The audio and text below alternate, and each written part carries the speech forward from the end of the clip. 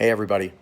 I want to talk about something, and I think that when I bring up this word, what it brings up is this over exaggerated interpretation of what the true meaning of this word is. And it's creating actually an epidemic in our country. It's creating a lot of societal issues and a lot of conflict. And a lot of this stuff could be resolved if we just started really understanding what the meaning of trauma is. Trauma does not have to be a huge catastrophic event, okay? Really think about this. Trauma is actually what that person's interpretation of an event is. So if you open it up in that regard, that brings up a whole litany of things. So, for instance, if your parents used to tell you that you aren't good enough at something and you really wanted to be, like you're not a very good dancer, you're not a very good singer, you're not a good soccer player, you're not a good football player, that could actually be something that traumatizes you because it hits you emotionally. And you take that emotion and you shove it down because your parents have told you that you're not good enough. And now you take that and you carry it with you. And it starts to form a belief system about who you are. And from that belief system, you now go out into the world trying to prove to everybody how great you are at dancing or at singing or at whatever. And until you can resolve the fact that your parents told you how horrible you are, that's the meaning that you make about it, you are going to carry that trauma inside of you.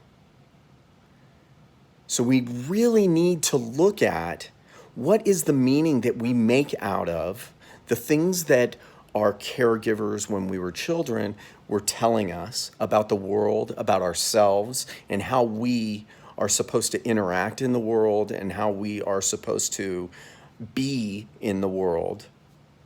And take that information and look at it for its value, its true value, and whether it's true or not. We really need to start having a discussion about this because it's affecting people so much more than we even realize.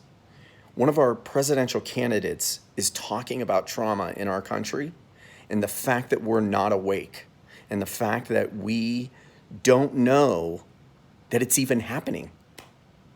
Because what we do is we take events that have happened in our lives and we suppress them and we push them down. And we don't want anybody to know that whatever happened, or we don't want anybody to know that we have a problem, or we don't want anybody to know or see that there's something wrong with us. And what it's doing is it's affecting our actual bodies, our chemistry, our brains, and how we think and how we interact in the world. So much that we've become cut off. We're actually asleep at the wheel. We have no more awareness. And it's actually kind of scary. If you look at the way our country is going right now, it's asleep. So there's so much more to talk about. I've already talked too much. A lot of what I've said probably didn't make sense, but it is what it is. So let's just have a conversation.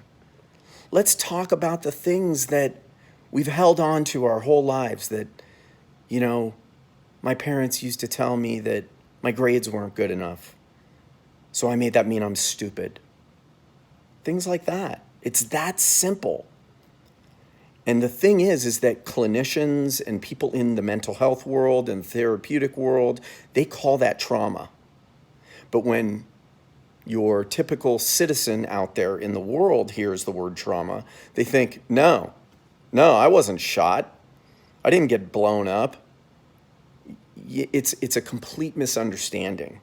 So please, please, I implore you to start looking at what trauma could mean, and let's start to have a conversation about it. And let's start to look at how we can actually heal ourselves from trauma. Have a great day. Keep pushing. And I'll talk to you later.